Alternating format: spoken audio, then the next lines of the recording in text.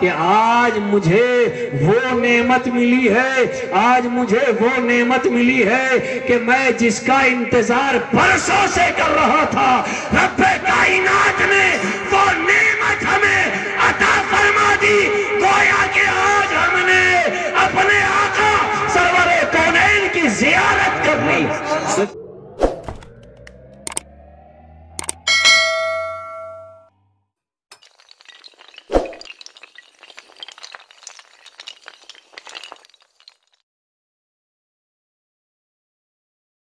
جو طالب علم ہے وہ خاندان رسول کا تو نہیں ہے، مگر وہ مہمان رسول ضرور ہے۔ آپ نے سنا ہوگا محمود غزنوی جو لاکھوں مربع میل کا بادشاہ تھا، روزانہ درود شریف ہزاروں بار پڑھا کرتا تھا، اور نیت یہ ہوتی تھی کاش ایک بار میرے نبی کی زیارت ہو جائے، کاش ایک بار میرے آقا خاک میں تشریف لے آئیں۔ اسی لالچ میں، اسی امید میں محمود غزنوی روزانہ سرکار دو عالم علیہ الصلوۃ والتسلیم کی بارگاہ میں روزانہ درود پاک پڑھا کرتا تھا۔ اتفاق سے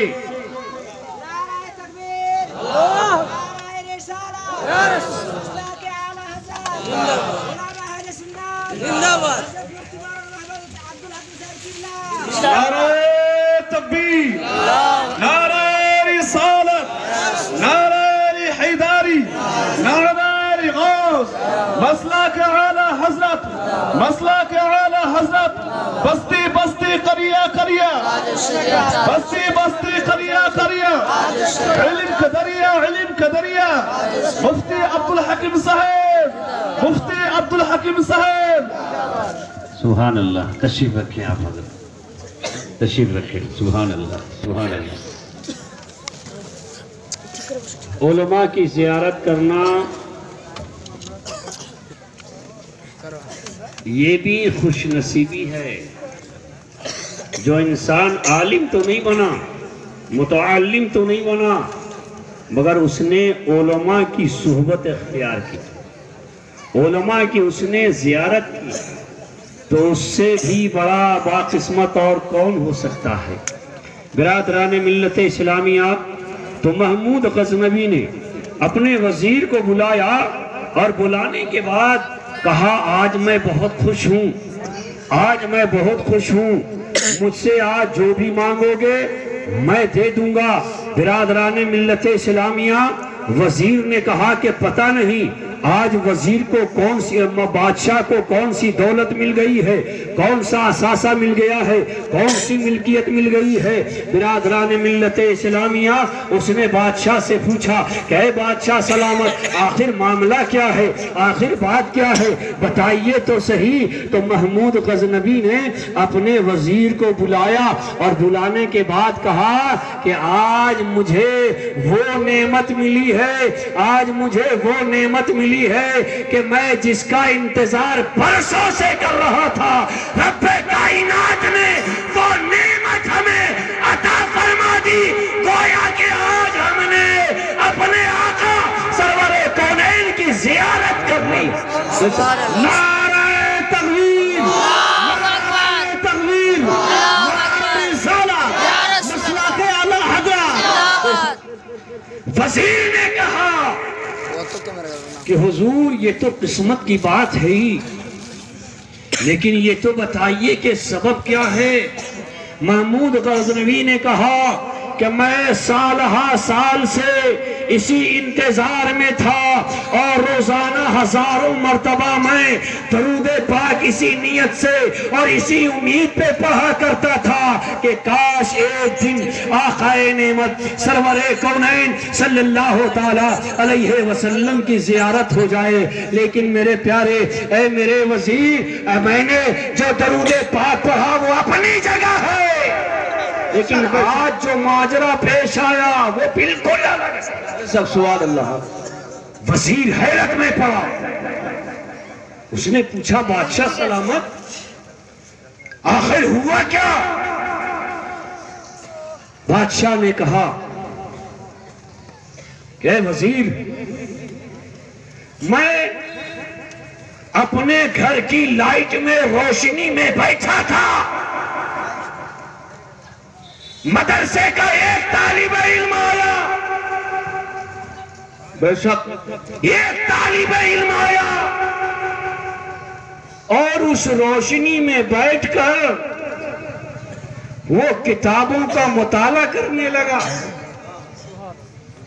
اپنا سبق یاد کرنے لگا۔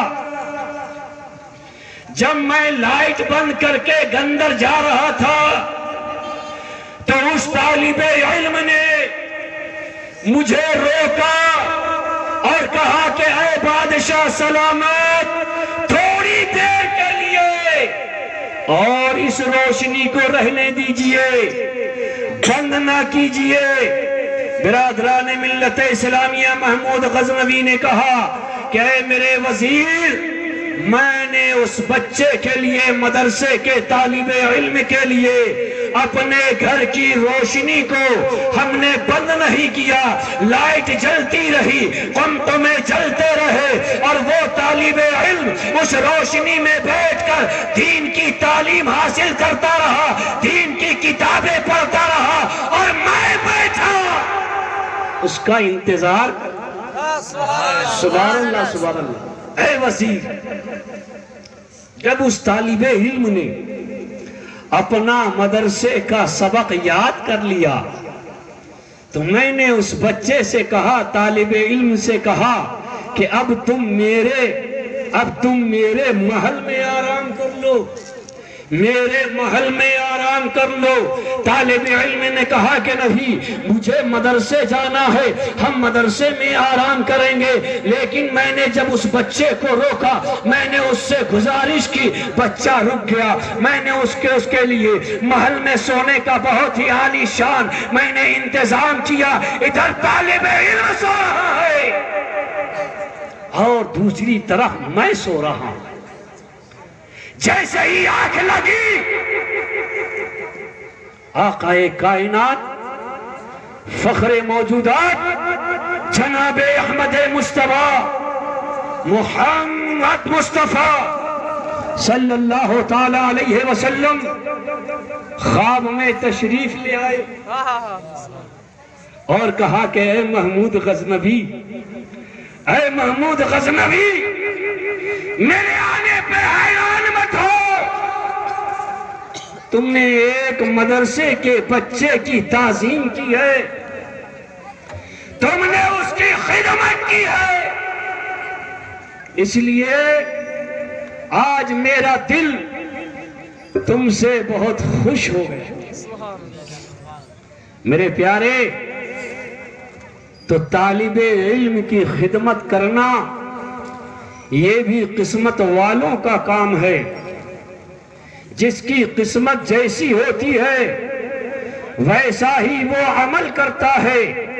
اگر آپ کو مدرسہ کے طلبہ سے پیار ہے، اپنے مدرسے سے محبت ہے، آپ اپنے مدرسے کسی کے لیے خدمت کا جذبہ رکھتے ہیں، تو اس میں کسی کو کہنے کی ضرورت نہیں پڑتی ہے، انسان خود بخود دین کی خدمت کے لیے آگے بڑھ جاتا ہے۔ حضرات، اللہ تعالی آپ کی ان خدمات کو اپنی بارگاہ میں قبول فرمائے۔ مفتی علی حسین صاحب جو اس علاقے میں جو انہوں نے کام کیا ہے وہ یقیناً لائق تحسین ہے، لائق مبارکباد ہے۔ میں آپ تمام حضرات کی طرف سے حضرت علامہ مفتی علی حسین صاحب کو ڈھیر ساروں مبارکباد پیش کرتا ہوں اور ان کے لیے یہ دعا کرتا ہوں کہ اللہ تبارک و تعالی دین کے اس قلعے کو ہمیشہ سلامت رکھ اور ان سے زیادہ دین کی خدمتیں لے لے۔ یہاں کے رہنے والے، بسنے والے خوش بخت، خوش عقیدہ مسلمانوں کی کہ ایمان کی بھی حفاظت ہوتی رہے اور ان کے عقائد کی بھی حفاظت ہوتی رہے. ان کا جو چمن ہے یہ چمن اسلامی اعمال سے یہ لہلہاتا رہے. برادران ملت اسلامیہ، یہ قصہ لطیف ابھی ناتمام ہے. جو کچھ بیان یا بیان، اللہ تبارک و تعالی ہمارے گناہ صغائر و کبائر کو معاف فرمائے. وآخر دعوانا الحمدللہ رب العالمین. السلام علیکم ورحمۃ اللہ تعالی وبرکاتہ.